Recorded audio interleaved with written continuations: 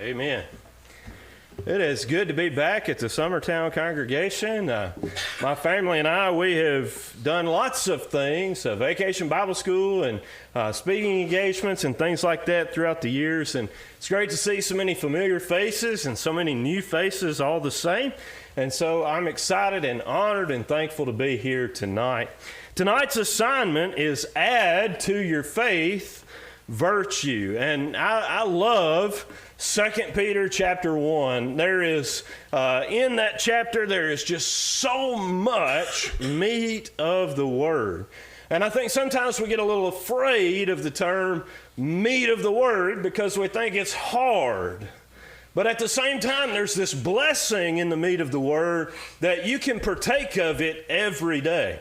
And it'll give you the sustenance, it'll give you the strength that you need to go about your daily life. So if there are some things that we talk about tonight that you think that you want to know more about, dive back into it. You're not going to get tired of it. Study it over and over again. And there's going to be some references that I make in tonight's lesson that we aren't going to have time to go in and read all of. So if you've got paper and pen or if you want to take notes on your phone, I encourage. Well, what if his readers were like human?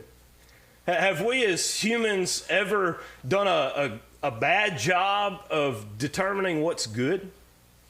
Yeah. You know, I can remember as a child growing up thinking that it would be a good idea to ride my bicycle over a ramp that was made out of scrap wood that had been rotting out in the yard, and, you know, then we crashed through it, right? Or as a middle schooler, I can remember several middle schoolers having the idea that we want to do something not only that our parents wouldn't want us to do, but that God wouldn't want us to do. And some of us in the group said, well, we can just ask forgiveness later, right? We have these ideas of good in our minds, right? You go a little further, and you could think about Adam, who thought it was good to eat the fruit that God had said, don't eat the fruit from this tree. But it was good for food in his eyes.